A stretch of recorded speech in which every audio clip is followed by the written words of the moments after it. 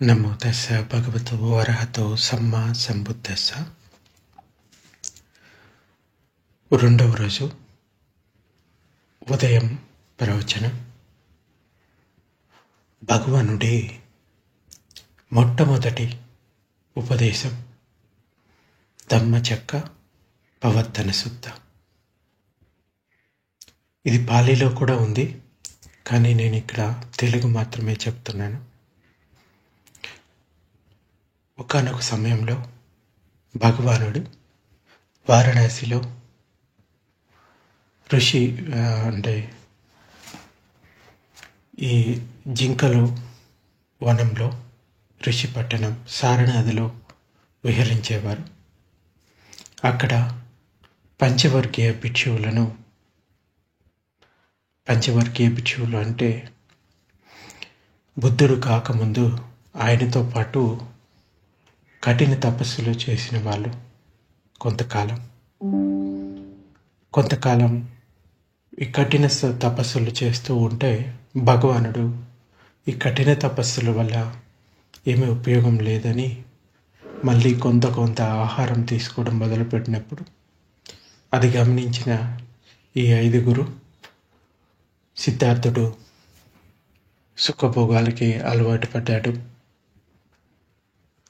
అందుకని ఇతడు ఏమీ బుద్ధత్వాన్ని పొందుతాడు, ఈయన సరైన మార్గాన్ని సరైన సాధన చేయట్లేదు అని ఆయన పైన అపోహతోటి ఈ 5 అక్కడి నుండి వెళ్ళిపోతారు. వాళ్ళ పేర్లు కొండన్న, వప్ప, బద్దియ, మహానామ మరియు అసచ్చి. వాళ్ళకి ఇచ్చిన ఉపదేశం ఈ ధమ్మచక్క ప్రవర్తన సూత్రం. భిక్షువులారా, అన్ని త్యాగం చేసి భిక్షువులైన వారు ఈ 2 అతిశయ మార్గాలకు పోకూడదు, అంటే అంతిమ మార్గాలకు పోకూడదు. ఆ 2 అతిశయాలు ఏవి? అందులో మొదటిది కామానికి సంబంధించింది. సుఖభోగాల కోసం లైంగిక కోరికలపై ఆసక్తి పెంచుకోవడం. ఇది నీచం, అశ్లీలం, నష్టం కలిగించే కోరిక. ఇది మామూలు మనుషులు చేసే పని. ఇక 2వ అతిశయం, శరీరాన్ని ఎంతెంత ఎక్కువ కష్టానికి గురి చేస్తే అంతంత కర్మబంధాలు తొలగిపోతాయనే పిచ్చిలో పడి శరీరాన్ని భరించలేనంత బాధ పెట్టుకోవడం. ఇది పీడామయం, దుఃఖమయం. ఇలా చేయటం వల్ల అది కూడా అంటే ఇలా శరీరాన్ని కష్టపరచడం, అంటే వ్రతాలు అని, లేకపోతే ఈ శరీరాన్ని ఎంతెంత కష్టపరిస్తే అంతంత కర్మబంధాలు తొలగిపోతాయని కొంతమంది శరీరానికి ఎక్కువ బాధలు ఇస్తూ ఉంటారు. ముఖ్యంగా జైనిజంలో ఇది కనపడుతూ ఉంటుంది. ఇలా చేయడం వల్ల కూడా వచ్చే లాభమేమీ లేదు. కాబట్టి భిక్షువులారా, ఈ 2 అతిశయాలను విడిచి తథాగతుడు మధ్య మార్గంను అనుసరించాడు. సంపూర్ణ మెలకువగలవాడయ్యాడు. ఆ మార్గం ఆయనకు చక్షువులనిచ్చింది. జ్ఞానోదయుడయ్యాడు.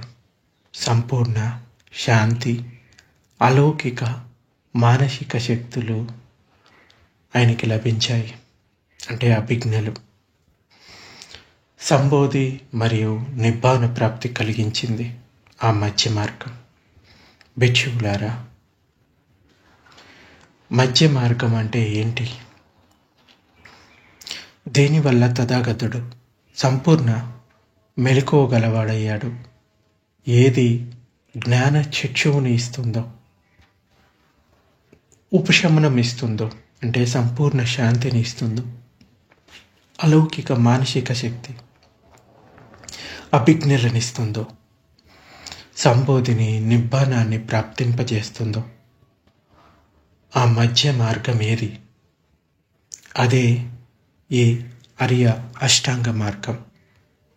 దీనిలోని అంశాలు: మొదటిది సమ్యక్ దృష్టి, రెండవది సమ్యక్ సంకల్పం, మూడవది సమ్యక్ వాక్కు, నాలుగవది సమ్యక్ కర్మంతం, ఐదవది సమ్యక్ ఆజీవిక, ఆరవది సమ్యక్ వ్యాయామం, 7 సమ్యక్ సతి, 8 సమ్యక్ సమాధి.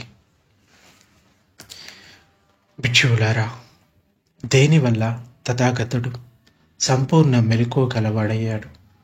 ఏది జ్ఞాన చక్షువునిస్తుందో, ఉపశమనం ఇస్తుందో, అలౌకిక మానసిక శక్తినిస్తుందో, సంబోధిని నిబ్బానాన్ని ప్రాప్తింపజేస్తుందో, ఆ మధ్య మార్గం ఇదే.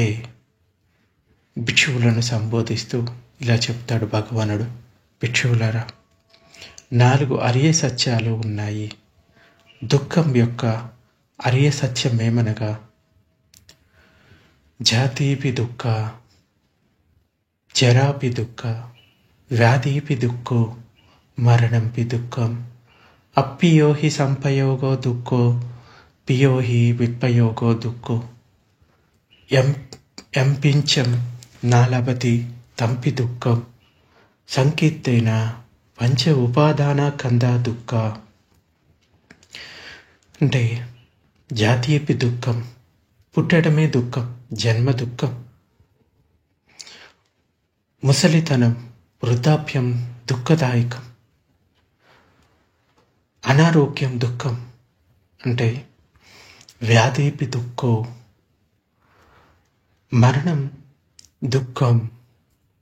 ఇష్టం లేని వారితో, అంటే వాటితో సంపర్కం దుఃఖదాయకం. ఇష్టమైన వాటి నుండి లేకుంటే వారి నుండి విడిపోవడం దుఃఖదాయకం. మనకు ప్రాప్తించని వాటిపై ఆశపడటం దుఃఖదాయకం. సంక్షిప్తంగా చెప్పాలి అంటే ఈ 5 ఉపాదాన స్కందాలు ఏంటవి? రూపం, వేదన, సంకార, విజ్ఞాన, ఇంకా సంజ్ఞ. ఏవైతే మన పుట్టుకకు దారి తీస్తాయో, మళ్ళీ పుట్టడానికి దారి తీస్తాయో, ఇవన్నీ దుఃఖదాయకాలే. భిక్షువులారా, దుఃఖం ఉత్పన్నమయ్యే, అంటే సముదాయమయ్యే అరియ సత్యం. దుఃఖం కలగడానికి కారణం తృష్ణ. దీనివల్లనే పునర్జన్మ కలుగుతుంది. రకరకాల కోరికల వల్ల కలిగే తృష్ణ ఉన్నప్పుడు, ఆ తీవ్ర కోరికలు తీర్చుకోవడానికనే జన్మ లభిస్తుంది. కోరికలు తీరినప్పుడు సంతోషం కలుగుతుంది. ఈ తృష్ణలు 3 రకాలుగా ఉంటాయి. కామతృష్ణ, అంటే ఈ ఇంద్రియ కోరికల వల్ల కలిగే తృష్ణ. తృష్ణ అంటే మళ్ళీ మళ్ళీ పొందాలి అనే కోరిక. రెండవది భవతృష్ణ, అంటే మళ్ళీ మళ్ళీ ఇక్కడ పుట్టాలి, అక్కడ పుట్టాలి, ఉత్తమ జన్మలు కలగాలన్న తృష్ణ. మూడవది విభవ తృష్ణ, అంటే జన్మ ఉండకూడదు, కలగకూడదు అనే కోరిక. భిక్షువులారా, దుఃఖం యొక్క అంతం అరియ సత్యం, అంటే 3వ అరియ సత్యం, దుఃఖ నిరోధ అరియ సత్యం. అది పేరాశ లేదా లోభం యొక్క సమాప్తి, సంపూర్ణంగా లేకుండా చేయడం, తీసివేయడం. అదే ముక్తి లేదా అనాసక్తి. దాన్ని త్యజించాలి. ఏ ఆలంబనం లేకుండా చేయడం, అంటే మనసులో ఎటువంటి రాగం, ద్వేషం, మోహం, లోభం లేకుండా చేయడం. భిక్షువులారా, దుఃఖం అంతం చేసే మార్గం అదే 4వ అరియ సత్యం. అదే అరియ అష్టాంగ మార్గం. ఈ అరియ అష్టాంగ మార్గంలో 8 అంగాలు. సమ్యక్ దృష్టి, సమ్యక్ సంకల్పం, సమ్యక్ వాచ, సమ్యక్ కమ్మ, సమ్యక్ ఆజీవ, సమ్యక్ వాయామ, సమ్యక్ సతి, సమ్యక్ సమాధి. దుఃఖం ఉంది అనేది మొదటి ఆర్య సత్యం. దుఃఖానికి కారణం ఉంది అనేది ఇది రెండవ ఆర్య సత్యం. ఆ దుఃఖం అంటే ఆ దుఃఖ కారణం మూలంగా ఏది జరుగుతూ ఉంటుందో దానికి నివారణ ఉంది అనేది మూడవ ఆర్య సత్యం. అంటే దుఃఖానికి నిరోధం ఉంది. నాలుగవది, ఆ నిరోధానికి ఒక ఉపాయం ఉంది, ఆ మార్గం ఉంది. ఇది నాలుగవ ఆర్య సత్యం. భగవానుడి బోధనలకి మిగతా సాంప్రదాయాల్లో ఉండే బోధనలకి తేడా ఇదే. 4 ఆర్య సత్యాలు బుద్ధులు మాత్రమే బోధిస్తారు. మిగతా ఏ సాంప్రదాయంలో మనకి ఈ 4 ఆర్య సత్యాల ప్రస్తావన అనేది కనపడదు. ఈ 4 ఆర్య సత్యాలలో ఒక్కొక్క దాన్ని 3 విధాలుగా పూర్తి చేసుకోవాలి. అంటే మొత్తం 12 విధాలుగా ఈ 4 ఆర్య సత్యాలను పూర్తి చేసుకోవాలి. ఎవరైనా బుద్ధులైనప్పుడు వారు తమ అనుభవంలోకి రాని ఏ మాటలను సాధకులు నమ్మవద్దని చెప్తారు. ఆ మాటలను అనుభవంలోకి తెచ్చుకున్న తర్వాతే వాటిని నమ్మమంటారు. దుఃఖం ఉంది అన్నది ఒక ఆర్య సత్యం. దుఃఖం యొక్క పరిజ్ఞానాన్ని అంటే సంపూర్ణ జ్ఞానం పొందాలి అనేది ఈ ఆర్య సత్యంలోని రెండవ అంశం. పరిజ్ఞానం పొందాను అనేది ఈ ఆర్య సత్యంలోని మూడవ అంశం. అలాగే దుఃఖానికి కారణం ఉంది అంటే దుఃఖ సముదయం అనేది రెండవ ఆర్య సత్యం. ఆ కారణాన్ని కూకటి వేళ్లతో నరికి వేయాలి అన్నది అందులోని రెండవ అంశం. కూకటి వేళ్లతో పెరికి వేశాను అనేది ఈ ఆర్య సత్యంలోని మూడవ అంశం. ఈ స్థితిలో దుఃఖం లేనే లేదు అనేది దుఃఖ నిరోధం అనేది మూడవ ఆర్య సత్యం. దాని ఊరి పేరు కూడా లేవు. అలాంటి స్థితిని సాక్షాత్కరింపజేసుకోవాలి అనేది ఈ మూడవ ఆర్య సత్యంలోని రెండవ అంశం. సాక్షాత్కరింపచేసుకున్నాను అనేది ఈ ఆర్య సత్యంలోని మూడవ అంశం. ఇది దుఃఖాన్ని నిరోధించే ఉపాయం, మార్గం, దుఃఖ నిరోధగామిని పటిపద అనేది 4వ ఆర్య సత్యం. దీన్ని అనుభవంలోకి తెచ్చుకోవాలి అనేది ఈ ఆర్య సత్యంలోని రెండవ అంశం. అనుభవంలోకి తెచ్చుకున్నాను అనేది ఈ ఆర్య సత్యంలోని మూడవ అంశం. ఇలా ఈ 4 ఆర్య సత్యాలలో ప్రతి సత్యంలోని 3 అంశాలను పూర్తి చేసుకోవాలి. నేను ఈ విధంగా 12 ఆర్య సత్యాలను పూర్తి చేశాను అని భగవానుడు చెప్తాడు. 4 ఆర్య సత్యాలు, వాటి 12 అంశాలు. దుఃఖం ఉంది అన్నది మొదటి ఆర్య సత్యం. ధర్మం విషయంలో ఇలాంటి భావాన్ని నేను ఎప్పుడూ విని ఉండలేదు. నాలో ఇంతకుముందు ఇటువంటి దృష్టి అంటే చూపు అంటే ఈ చక్షువు నా లోపల ఉత్పన్నమైంది. ఇంతకుముందు లేనటువంటి జ్ఞానము చక్షువు ఉత్పన్నమైంది, జ్ఞానం ఉత్పన్నమైంది, ప్రజ్ఞ ఉత్పన్నమైంది, విద్య మరియు వెలుగు ఉత్పన్నమయ్యాయి. అంటే ఈ 4 ఆర్య సత్యాల జ్ఞానం కలిగిన తర్వాత చెప్తున్న మాటలు. ఇదే కాక దుఃఖం యొక్క ఆర్య సత్యాన్ని పరిపూర్ణంగా తెలుసుకోవడం అత్యవసరం.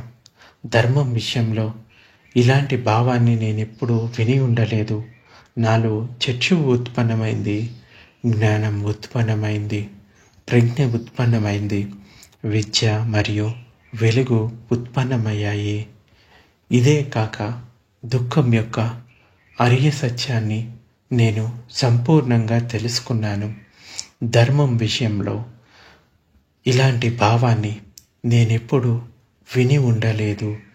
నాలో చక్షువు ఉత్పన్నమైంది, జ్ఞానం ఉత్పన్నమైంది, ప్రజ్ఞ ఉత్పన్నమైంది, విద్య మరియు వెలుగు ఉత్పన్నమయ్యాయి. ఇది దుఃఖ సముదయం అంటే ఉదయించుట, ఉత్పన్నమగుట, పుట్టుట, రెండవ అరియ సత్యము. ఇది రెండవ అరియ సత్యం. ధర్మం విషయంలో ఇలాంటి భావాన్ని నేనెప్పుడు విని ఉండలేదు. నాలో చక్షువు ఉత్పన్నమైంది, జ్ఞానం ఉత్పన్నమైంది, ప్రజ్ఞ ఉత్పన్నమైంది, విద్య మరియు వెలుగు ఉత్పన్నమయ్యాయి. ఇదే కాక దుఃఖపు పుట్టుకను సంపూర్ణంగా నిర్మూలించాలి. ధర్మం విషయంలో ఇలాంటి భావాన్ని నేనెప్పుడు విని ఉండలేదు. నాలో చక్షువు ఉత్పన్నమైంది, జ్ఞానం ఉత్పన్నమైంది, ప్రజ్ఞ ఉత్పన్నమైంది, విద్య మరియు వెలుగు ఉత్పన్నమయ్యాయి. దుఃఖపు పుట్టుక పూర్తిగా నిర్మూలించబడింది. ధర్మం విషయంలో ఇలాంటి భావాన్ని నేనెప్పుడు విని ఉండలేదు. నాలో చక్షువు ఉత్పన్నమైంది, జ్ఞానం ఉత్పన్నమైంది, ప్రజ్ఞ ఉత్పన్నమైంది, విద్య మరియు వెలుగు ఉత్పన్నమయ్యాయి. ఇది దుఃఖం యొక్క నిరోధము లేక దుఃఖం యొక్క అంతము అనే అరియ సత్యం. ధర్మం విషయంలో ఇలాంటి భావాన్ని నేనెప్పుడు విని ఉండలేదు. నాలో చక్షువు ఉత్పన్నమైంది, జ్ఞానం ఉత్పన్నమైంది, ప్రజ్ఞ ఉత్పన్నమైంది, విద్య మరియు వెలుగు ఉత్పన్నమయ్యాయి. దుఃఖ నిరోధం అనే అరియ సత్యాన్ని సాక్షాత్కారం చేసుకోవాలి. ధర్మం విషయంలో ఇలాంటి భావాన్ని నేనెప్పుడు విని ఉండలేదు. నాలో చక్షువు ఉత్పన్నమైంది, జ్ఞానం ఉత్పన్నమైంది, ప్రజ్ఞ ఉత్పన్నమైంది, విద్య మరియు వెలుగు ఉత్పన్నమయ్యాయి. దుఃఖ నిరోధం అనే అరియ సత్యాన్ని సాక్షాత్కారం చేసుకున్నాను. ధర్మం విషయంలో ఇలాంటి భావాన్ని నేనెప్పుడు విని ఉండలేదు. నాలో చక్షువు ఉత్పన్నమైంది, జ్ఞానం ఉత్పన్నమైంది, ప్రజ్ఞ ఉత్పన్నమైంది, విద్య మరియు వెలుగు ఉత్పన్నమయ్యాయి. ఇది దుఃఖాన్ని నిర్మూలించే మార్గం. ఇది 4వ అరియ సత్యం. ధర్మం విషయంలో ఇలాంటి భావాన్ని నేనెప్పుడు విని ఉండలేదు. నాలో చక్షువు ఉత్పన్నమైంది, జ్ఞానం ఉత్పన్నమైంది, ప్రజ్ఞ ఉత్పన్నమైంది, విద్య మరియు వెలుగు ఉత్పన్నమయ్యాయి. దుఃఖాన్ని నిర్మూలించే మార్గాన్ని అనుభవంలోకి తెచ్చుకున్నాను. ధర్మం విషయంలో ఇలాంటి భావాన్ని నేనెప్పుడూ విని ఉండలేదు. నాలో చక్షువు ఉత్పన్నమైంది, జ్ఞానం ఉత్పన్నమైంది, ప్రజ్ఞ ఉత్పన్నమైంది, విద్య మరియు వెలుగు ఉత్పన్నమయ్యాయి. భిక్షువులారా, 4 ఆర్య సత్యాలు ఒక్కొక్కటి 3 విధాలుగా మొత్తం 12 విధాలుగా సంపూర్ణంగా వివరంగా నాకు తెలియనంత వరకు నేను సమ్యక్ సంబోధిలో అభిసంబుద్ధుడనని ప్రకటించలేదు. ఇది మారుడు మరియు బ్రహ్మలోకాల సహితం దేవలోకాలను ఈ తరంలోని శ్రమణ, బ్రాహ్మణ, మానవలోకాలను దీనికి మించిన ఈ లోకాలలో దీనికి మించిన సత్యం ఏది లేదు. ఈ 12 విధాలు అయిన జ్ఞానం ద్వారా 4 ఆర్య సత్యాలలో ఒక్కొక్క దానిలో 3 చరణాలలో వీటిలో అభివృద్ధి అయ్యాను. అప్పుడు నేను సంపూర్ణ జ్ఞానోదయాన్ని పొందాను అని ప్రకటించాను. ఇది మారుడు మరియు బ్రహ్మలోకాల సహితం దేవలోకాలలోను ఈ తరంలోని శ్రమణ, బ్రాహ్మణ, మానవ లోకాల్లోనూ దీనికి మించిన సత్యం ఏదీ లేదు. నాలో జ్ఞానం యొక్క దర్శనం ఉత్పన్నమైంది. నాకు విముక్తి లభించింది. ఇది నా అంతిమ జన్మం. ఇక నాకు పునర్జన్మ ఉండదు. భగవానుడు ఇలా చెప్పినప్పుడు ఎంతో సంతోషించిన పంచవ వర్గీయ భిక్షువులు ఆనందంలో మునిగి తేలారు. ఆయన అలా సంభాషిస్తూ ఉన్నప్పుడు అక్కడ ఉన్న ఆయుష్మంతుడు కొండన్నకు విరజం విమలం అయినటువంటి సత్య దర్శనమైంది. దేనికి సముదయం ధర్మం ఉంటుందో దానికి నిరోధ ధర్మం ఉంటుంది. అంటే ఏది ఉత్పన్నమవుతుందో దానికి అంతం ఉంటుంది అనే జ్ఞానం ఆయనలో ఉదయించింది. అంటే ఏదైతే పుడుతుందో అది గిడుతూ ఉంటుంది అనే జ్ఞానం లభించింది. అంటే శ్రోతాపన్న స్థితిని పొందుదాడు. మొట్టమొదటి శ్రోతాపన్నుడు అని చెప్పవచ్చు.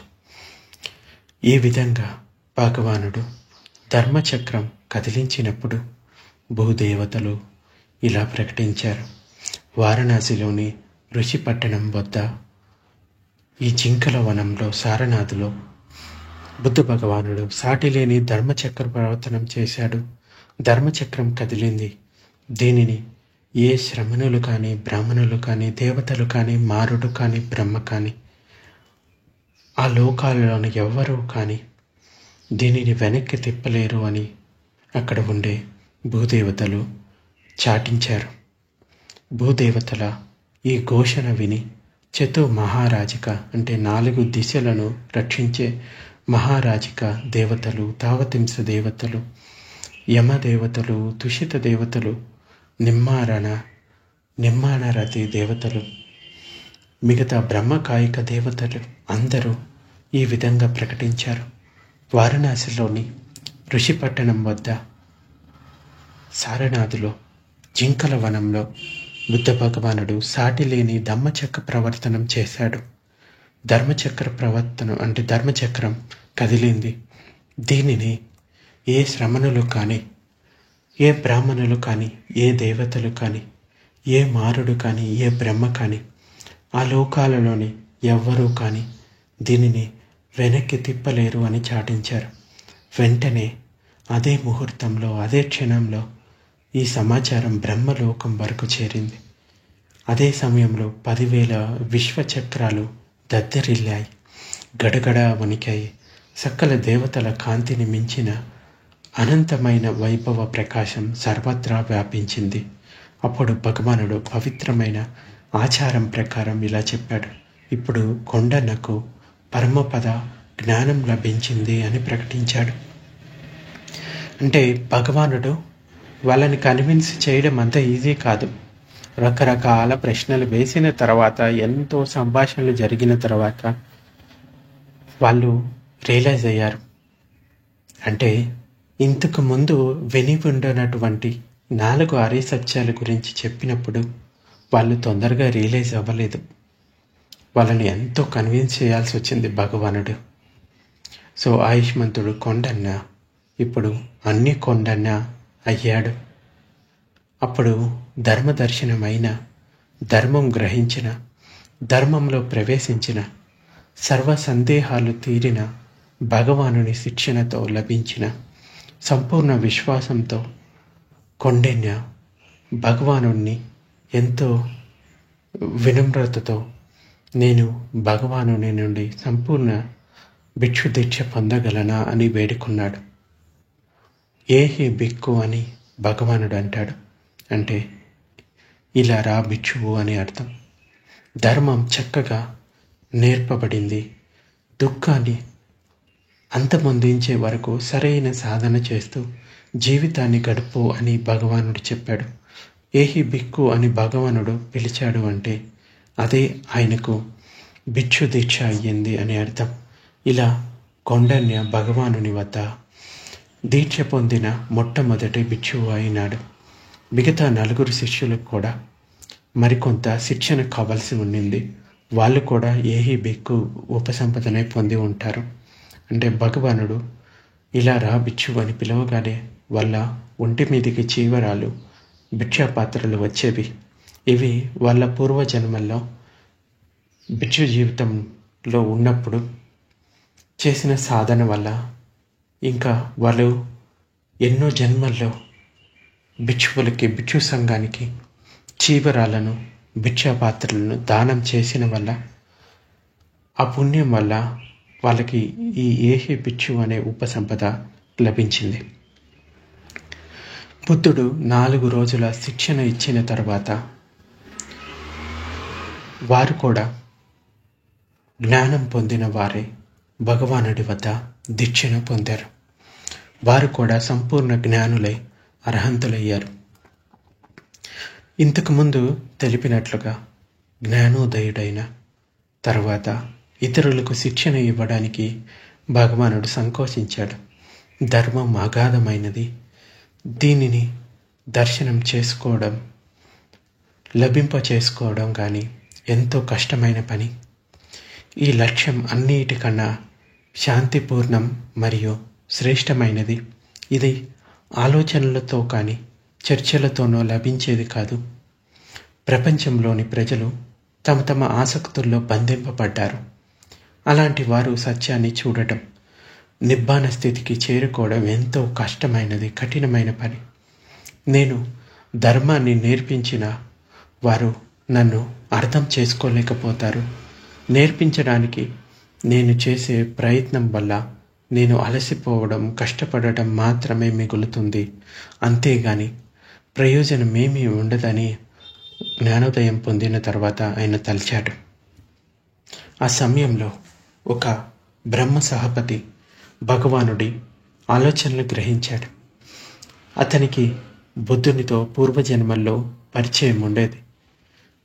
గౌతమ బుద్ధుడు ఇతరులకు శిక్షణను ఇవ్వకూడదన్న నిర్ణయం తీసుకుంటే ప్రపంచం ఈ జ్ఞానాన్ని, ఈ విద్యను కోల్పోతుంది అని ఆ బ్రహ్మ బుద్ధుణ్ణి నమస్కరించి భగవానుడితోటి ఇలా అంటారు: తమరు ప్రజలకు శిక్షణనివ్వండి. ఇక్కడి కొందరి ప్రజల కళ్ళల్లో చాలా చిన్న చిన్న కల్మషాలే ఉన్నాయి. వారు ధర్మం గురించి వినకపోవడం వల్ల పాడైపోతారు. మీ శిక్షణతో వారిలో కొందరికి సంపూర్ణ జ్ఞానం తప్పక లభిస్తుంది అని చెప్పాడు. భగవానుడు ఈ బ్రహ్మ యొక్క ప్రార్థనను విన్నాడు. జీవుల మీద ఉన్న అపార కరుణతో తన జ్ఞానచిక్షువుతో ప్రపంచాన్నంతా చూశాడు. ఎలాగైతే ఒక సరస్సులోనున్న తెలుపు, నీలము, ఎరుపు మొదలైన రంగురంగుల కమలాలలో కొన్ని నీళ్ళలోనే పెరుగుతాయి, కానీ నీటిపైకి రాలేవు. మరికొన్ని పద్మాలు నీటిలోనే పెరుగుతాయి, కానీ నీటి అంచుల వరకే చేరుతాయి. ఇంకొన్ని కమలాలు నీటిలో మొలకెత్తుతాయి, నీటిలోనే పెరుగుతాయి, కానీ స్పష్టంగా నీటిపైకి పెరిగి నీటితో తడవకుండా పైకి లేస్తాయి. ఈ విధంగానే తమ కళ్ళలో కొంచెం కల్మషాలు ఉన్నవారు, ఎక్కువ కల్మషాలు ఉన్నవారు, ఉత్సాహమున్న ఇంద్రియాలు కలవారు, ఆరోగ్యమున్న ఇంద్రియాలు కలవారు, మంచి గుణాలు ఉన్నవారు, చెడు గుణాలు ఉన్నవారు, సునాయాసంగా నేర్చుకోగలిగిన వారు, కష్టపడి నేర్చుకోగలిగిన వారు కలవారు అన్ని రకాల జీవరాశులను చూసి తెలుసుకున్నాడు. ఇవన్నీ చూసిన తర్వాత బ్రహ్మతోటి ఇలా అంటాడు: అమరత్వపు దారులు పూర్తిగా తెరిచి ఉన్నాయి. నా మాటను విన్న వారిలో నమ్మకం కలుగుగాక. నేను ఈ నిగూఢ ధర్మ శిక్షణ ఇవ్వటానికి ఎందుకు సంకోచించాను అంటే, ఈ శిక్షణ కార్యం ఎంతో అలసట కలిగించేది, ఎంతో కష్టమైనది అని చెప్తాడు. ఆ తర్వాత భగవానుడు తాను ఎవరికి మొదట శిక్షణనిస్తే బాగుంటుంది అని ఆలోచించాడు. అతడు మొదట శిక్షణ పొందిన ఆలార కలాముడు, ఉద్దక రామపుత్రుడు ఇద్దరు గతించారు. వారిద్దరూ ఇప్పుడు అరూప బ్రహ్మలోకంలో ఉన్నారు అని తెలుసుకుంటాడు. వారికి నేను శిక్షణనివ్వలేను. అప్పుడు ఆయనకు మనసులో ఒక మాట మెదిలింది: నేను కఠోర తపస్సు చేసే సమయంలో నాతో పాటు తపస్సు చేస్తున్న 5 తాపసులకు వాళ్ళు నాకు ఎంతో సేవ చేశారు. నేను వారికైనా ప్రథమ ఉపదేశం ఇస్తే బాగుంటుంది అని అనుకున్నాడు. ఆ తర్వాత భగవానుడు వారి వద్దకు వెళ్ళి ఉపదేశం ఇవ్వడం జరిగింది. ఈ మధ్యమ మార్గం ఉపదేశం నిబ్బానానికి దారి తీస్తుంది. మనం అత్యధిక కామ కోరికలు అంటే ఇంద్రియ సుఖాలకు అలవాటు పడితే ధ్యానం సరిగా కుదరదు. అదేవిధంగా శరీరాన్ని అతిగాను కష్టపెట్టుకోకూడదు. మధ్య మార్గాన తపస్సు చేయాలని భగవానుడి ఉపదేశానుసారం భగవానుడు అష్టాంగ మార్గాన్ని బోధించాడు. ఆ తర్వాత 4 ఆర్య సత్యాలు బోధించాడు. తనకు ఏ గురువు గారి వల్లను లభింపని బోధి అంటే జ్ఞానం ఈ 4 ఆర్య సత్యాలను పూర్తిగా అన్ని విధాలుగా అర్థం చేసుకున్నప్పుడే లభించింది అనే విషయాన్ని ఆయన నొక్కి చెప్పాడు. భగవానుడి బోధనలను తనకు తానుగా అర్థం చేసుకున్న వారిలో కొండన్య ప్రథముడు. బుద్ధునిచే ఇలా రా విక్కు అని పిలిపించుకున్న ప్రథమ భిక్షువు కూడా ఆయనే. మిగిలిన 4 ఇంకొంత శిక్షణ కావాల్సి ఉండింది. ఆ తర్వాతి 4 రోజుల్లో భగవానుడు వారికి తన ప్రసంగాలతో తగు శిక్షణనిచ్చాడు. వారు కూడా నిబ్బానాన్ని పొందారు. బుద్ధుడు 5వ రోజున అనంతలక్కన సూత్రాన్ని ఉపదేశించాడు వారికి. ఈ ఉపదేశం చివరిలో వారికి కూడా సంపూర్ణ జాగరూకత లభించింది, అంటే అర్హంత స్థితిని పొందారు. అయితే బుద్ధ భగవానుడు తన ప్రథమ ఉపదేశాన్ని ఇస్తున్నప్పుడు ఇతర లోకాలలో ఉన్న ప్రాణులు కూడా ఆ ఉపదేశాన్ని విన్నాయి. వాటిలో పూచేరులైన 500 యక్షులు వారి నాయకులైన సాతాగిరి విన్నారు. యక్షులంటే ఒక రకమైన నరభక్షక రాక్షసులు. సాతాగిరి తన స్నేహితుడైన హేమవత గురించి అంటే మరొక యక్షుని గురించి ఆలోచిస్తూ ఉండటం వల్ల భగవానుని ఉపదేశం పైన దృష్టి నిలపలేకపోయాడు. వారిద్దరిలో ఇంతకు ముందే ఒక అవగాహన ఉండింది. ఎవరికైనా ఏదైనా అసాధారణమైనది తెలిసినప్పుడు ఒకరికి మరొకరు తెలియపరచుకోవాలన్న అవగాహన ఉండింది. సాతాగిరి ఉపదేశం వింటున్నప్పుడు గౌతముడు నిజమైన బుద్ధుడు అని అనుకున్నాడు. ఆయన ఉపదేశాలు మంచివి, ప్రభావశాలమైనవి, అంటే ప్రభావాన్ని చూపిస్తాయి. అందువల్ల అతడు బుద్ధుని ఆర్య అష్టాంగ మార్గం మరియు చతుర ఆర్య సత్యాల ఉపదేశాలు వినడానికి తన మిత్రుణ్ణి ఆహ్వానించదలుచుకున్నాడు. భగవానుడు తన ప్రథమ ఉపదేశం ఇస్తున్నప్పుడు 32 అద్భుతాలు జరిగాయి. సాతాగిరి మిత్రుడు ఇంకా హేమవతుడు తన 500 మంది శిష్యులతో పాటు హిమాలయాల్లో ఉన్నాడు. ఇదే సమయంలో అక్కడ కూడా ఈ ఫలాలనిచ్చే వృక్షాలలో కాలం కాని కాలంలో పువ్వులు పూచాయి, పండ్లు కాచాయి. ఈ అద్భుతాలు చూడటానికి హేమవతుడు తన మిత్రుణ్ణి ఆహ్వానించదలిచాడు. యక్షులైన సాతాగిరి, హేమవతుడు గాలిలో తేలి రాగలిగారు. వారిద్దరూ ఎదురెదురు దిశల్లో ప్రయాణం చేస్తూ రాజగృహ నగరం పైన కలిశారు. అదే సమయంలో కాళీ అనే స్త్రీ రాజభవనం పైన ఉన్న వరండాలో వచ్చి కూర్చుంది. బయట వేడిగా ఉండటం వల్ల ఆ గర్భిణీ స్త్రీకి ఇంట్లో ఉక్కగా ఉండి చల్లగాలిలో ఆనందంగా ఉందాము అనే వరండాలోకి వచ్చింది. ఆ 2 యక్షులు బుద్ధుని శిక్షణ గురించి చర్చించడం వినింది. హేమవతుడు సాతాగిరితోటి బుద్ధుని గుణాలు ఏవి, గౌతముడు నిజంగా బుద్ధుడేనా, ఆయన ఇచ్చే ఉపదేశాలను స్వయంగా ఆచరిస్తున్నాడా మొదలైన చర్చలతో పాటు ధర్మం, అష్టాంగ మార్గం, చతుర ఆర్య సత్యాలు మొదలైన వాటిని గురించి వారిద్దరూ మాట్లాడుకోవడం ఆ గర్భిణీ స్త్రీ వినింది. సాయాజీ ఉబాకిని గారు ఈ కథను 1950లో రేడియో ప్రసారం చేస్తూ ఒక మాట అన్నారు. ఈ చర్చను వింటూనే కాళీ అంటే తను ఈ ఏమంటారు షార్ట్ సర్క్యూట్ అయ్యింది అని తమాషాగా అంటూ ఉండేవాళ్ళు. ఆవిడ మెలకువలోని మొదటి దశ అయిన శ్రోతాపన్న అయ్యారు. అంటే ధర్మాన్ని బుద్ధుడి దగ్గర నుంచి డైరెక్ట్గా గ్రహించలేకపోయినా ఆయన ధర్మాన్ని మిగతా వారి ద్వారా వినడం ద్వారా కూడా ఈ 4 ఆర్య సత్యాల జ్ఞానాన్ని ఆమె పొందింది. ఈ కథ లోతుల్లోకి వెళ్తే ఒక విషయం స్పష్టంగా తెలుస్తుంది. ఆమె వారణాసికి చాలా దూరంలో ఉన్న ఆమె బుద్ధుని బోధనల గురించిన చర్చ విన్నంతనే ఆమెకు జాగృతి స్థితుల్లోని మొదటి శ్రోతాపన్న స్థితి ఫలం లభించింది. ఇలా ఆవిడ బుద్ధుడి ద్వారా కాక ఇతర శిష్యుల నుండి ధర్మం గురించిన ఈ ధర్మం గురించి విని శ్రోతాపన్న స్థితికి చేరిన మొట్టమొదటి శిష్యురాలు. ఆ ఇద్దరు యక్షుల కథ నుండి కూడా మనం ఎంతో నేర్చుకునేది ఉంది. వారిద్దరూ పూర్వజన్మల్లో భిక్షువుల నియమాల్లో ఆరితేరినవారు. ఎప్పుడైనా నియమాల వివరణ విషయంలో వాద వివాదాలు చెలరేగినప్పుడు ఏ వాదం సరైనదో వారు నిర్ణయించేవారు. ఒకరోజు ఇద్దరు భిక్షువుల మధ్య ఈ విషయంలో విభేదాలు వచ్చాయి. వారిలో ఒకరు తన విహారం విడిచిపెట్టి వర్షావాసం వరకు ఈ ఇద్దరు విద్వాంస భిక్షువుల వద్దకు వచ్చాడు. కానీ అతని తప్పు మామూలుదే అయినా తప్పే.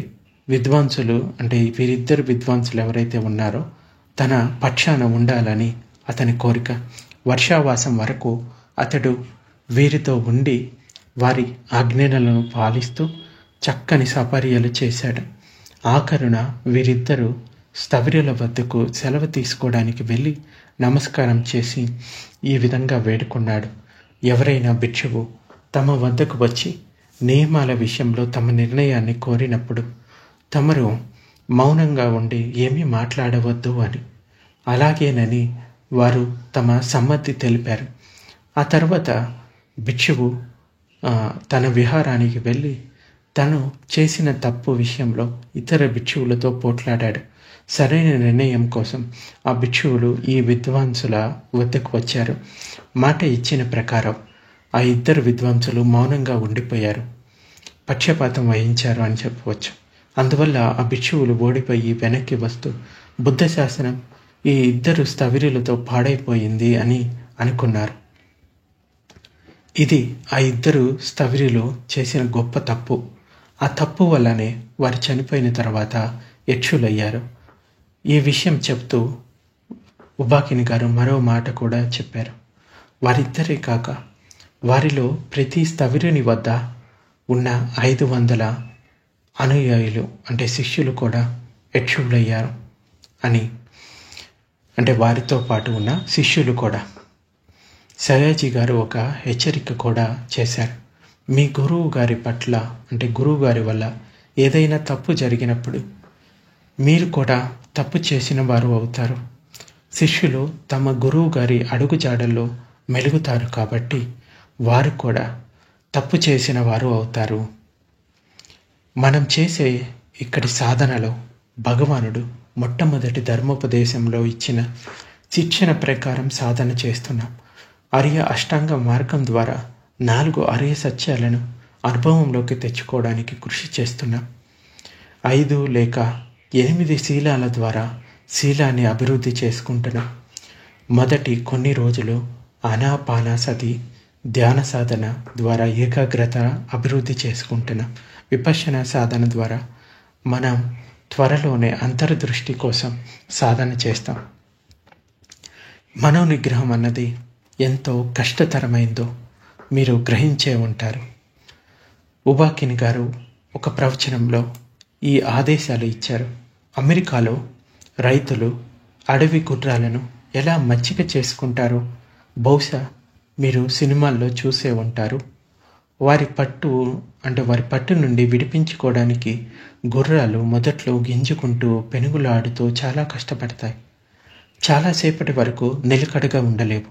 మన మనస్సులు కూడా ఈ అడవి గుర్రాల లాంటివే.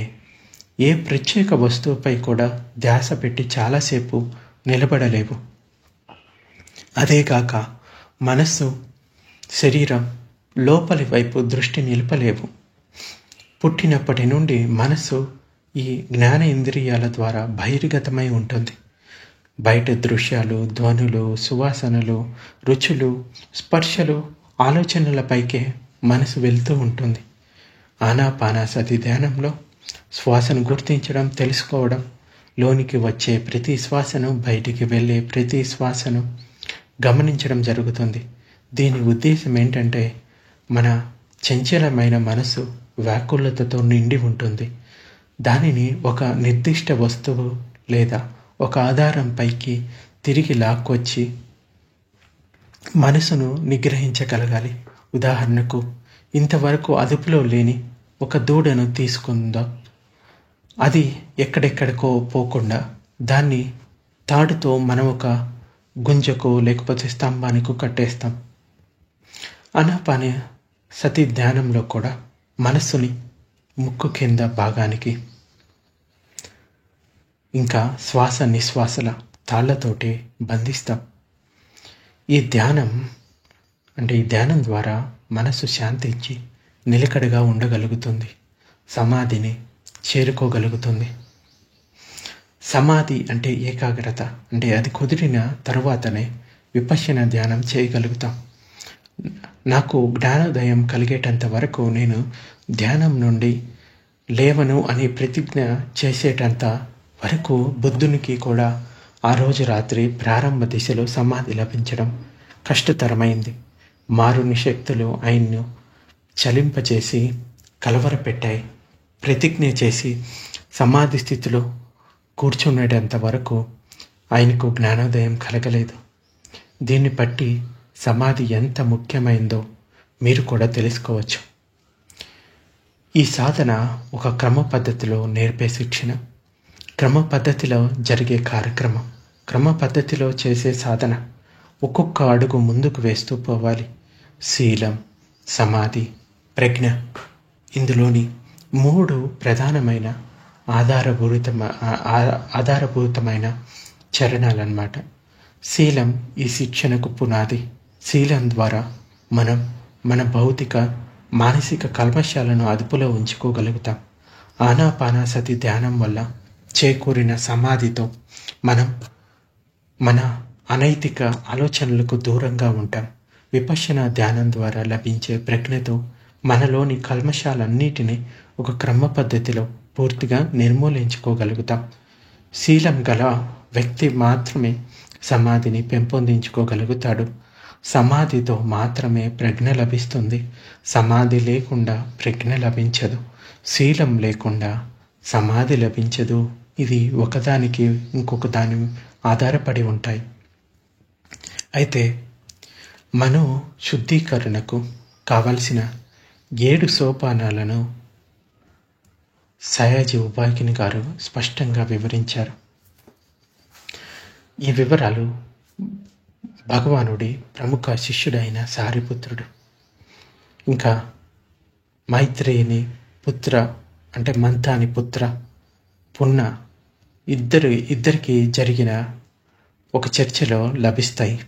మంతాని పుత్రుడు పున్న ఈ అన్నికొండన్న సోదరి కొడుకు అన్నమాట. ఈ శుద్ధీకరణ 7 సోపానాలకు ఆచార్యుడు మహాబుద్ధఘోషుని విశుద్ధి మార్గంలో ఒక సమగ్ర రూపం ఇవ్వబడింది. బంతే సారిపుత్రుడు ఇంకా బంతే ఈ మంతాని పుత్రుడు బుద్ధుని బోధనలను ఏ వ్యక్తి అయినా అనుసరించడానికి కారణం ఏంటి అని అడిగినప్పుడు, ఈ శుద్ధీకరణ 7 సోపానాల అంటే 7 విషయాల ద్వారా తమ అంతిమ గమ్యాన్ని సాధించుకోగలుగుతారు అని చెప్పాడు. కోశల రాజైన ప్రసన్నజిత్తుడు శ్రావస్తి నుండి సాకేతకు వెళ్ళవలసి వచ్చినప్పుడు ఆయన 7 రథాలు అంచెలంచెలుగా ఎలా ఉపయోగపడతాయో అలాగే విశుద్ధి మార్గంలోని 7 సోపానాలు అంచెలంచెలుగా ఉపయోగపడతాయని చెప్పాడు. ఈ సోపానాలు ఏంటంటే, మొదటిది శీల విశుద్ధి, రెండవది చిత్త విశుద్ధి, మూడవది దిట్టి విశుద్ధి, నాలుగవది సందేహాల నివారణ వల్ల కలిగే విశుద్ధి, ఐదవది మార్గం ఏది కాదో అనే జ్ఞానం దర్శనం యొక్క విశుద్ధి, ఆరవది మార్గ ప్రగతి పైన జ్ఞాన దర్శన విశుద్ధి. 7వది జ్ఞానం మరియు దర్శనం యొక్క విశుద్ధి. మనకి రథ సుత్తం అని ఒకటి ఉంటుంది, రథ వినీత సుత్తం. ఇది మధ్యమినికాయలో కూడా ఉంటుంది. అది ఒకసారి వినొచ్చు. దాంట్లో చెప్పిన 7 విషయాల గురించి. శీల విశుద్ధి అంటే శీలశుద్ధి సాధన అంతటికి మూలాధారమని ఉపాకిని గారు స్పష్టంగా తెలియజేశారు. శారీరక వాచిక కర్మలు పవిత్రంగా ఉండాలి అని దీని అర్థం.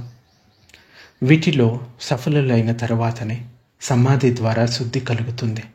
మనోవిశుద్ధి అంటే ఆలోచనల పవిత్రత. ఆలోచనల శుద్ధి తర్వాతే మిగిలిన అన్ని సోపానాలు సముచిత జ్ఞానం అనే శీర్షికలో భాగమైపోతాయి, అంతర్గతమవుతాయి. వాటిని విపశ్యన లేదా అంతర్దృష్టి ద్వారా లభింప చేసుకోవచ్చు. ఇక్కడ కూడా మీరు మళ్ళీ సమాధి యొక్క ప్రాముఖ్యతను అర్థం చేసుకోవాలి. సమాధి లేకుండా విపశ్యనాభ్యాసంలో సఫలం కాలేము. శీలము, సమాధి, ప్రజ్ఞ 3 ముఖ్యమే. ముఖ్యంగా ఈ సాధన చేసేటప్పుడు ఆచార్యుల దగ్గర ఉంటూ వారి సూచనలు ఆచరిస్తూ ప్రాక్టీస్ చేయాలి. అంచేత ఇది కేవలం బుద్ధిపరంగా అర్థం చేసుకోవడానికి మాత్రమే ఈ ప్రవచనాలు మీ ముందుకి తీసుకురావడం జరిగింది. ఎవరైనా నిజంగా నేర్చుకోవాలి అనుకుంటే ఒక కోర్సు అటెండ్ చేయండి. లేదంటే ఎవరైనా భిక్షువు ఉంటే వాళ్ళ దగ్గరికి వెళ్ళి వాళ్ళని సూచనలు తీసుకొని మీరు సాధన చేయడం ముఖ్యమైన పని. ఏదో వింటే సరిపోదు. ఉదాహరణకి మీరు వ్యాయామ కసరత్తులు అంటే ఈ జిమ్ గురించి ఏదో పుస్తకాల్లో చదివితే వింటే సరిపోదు. దాన్ని మీరు ఒకరి గైడెన్స్లో ఉండి ప్రాక్టీస్ చేయాలి. అదేవిధంగా ఒక డాక్టర్ దగ్గరికి వెళ్ళి మీరు మీ రోగానికి మెడిసిన్ని రాయించుకుంటే సరిపోదు. ఆ మెడిసిన్ ప్రిస్క్రిప్షన్ ఏదైతే ఉందో దాన్ని ప్రతిరోజు చదువుతూ ఉంటే, వింటూ ఉంటే మీ రోగం తగ్గదు. ఆ మెడిసిన్ని మీరు తెచ్చుకొని ఉదయము సాయంత్రము వేసుకున్నప్పుడే అది తగ్గుతుంది ఆ రోగం. అదేవిధంగా ధర్మాన్ని బుద్ధిపరంగా అర్థం చేసుకోవడానికి ప్రవచనాలు ఉపయోగపడతాయి. కానీ అనుభవపూర్వకంగా తెలుసుకోవాలి, మీ సందేహాలను నివృత్తి చేసుకోవాలంటే ఒక ఆచార్యుని గైడెన్సు తప్పనిసరి అని గ్రహించాలి. అంచేత నేను వీటికి సంబంధించిన కోర్సులు అటెండ్ చేయాలి అనుకుంటే వాళ్ళకి వెబ్సైటు ప్రొవైడ్ చేస్తాను. డిస్క్రిప్షన్లో వెబ్సైట్ ఇస్తాను. వాటిల్లోకి వెళ్ళి మిగతా డీటెయిల్స్, ఇప్పుడు చెప్తున్న ప్రవచనాలు కూడా PDF రూపంలో అక్కడ లభిస్తాయి. సో వాటిని కూడా మీరు డైరెక్ట్గా చదువుకోవచ్చు. ఆ కోర్సుని డైరెక్ట్గా అటెండ్ చేయండి.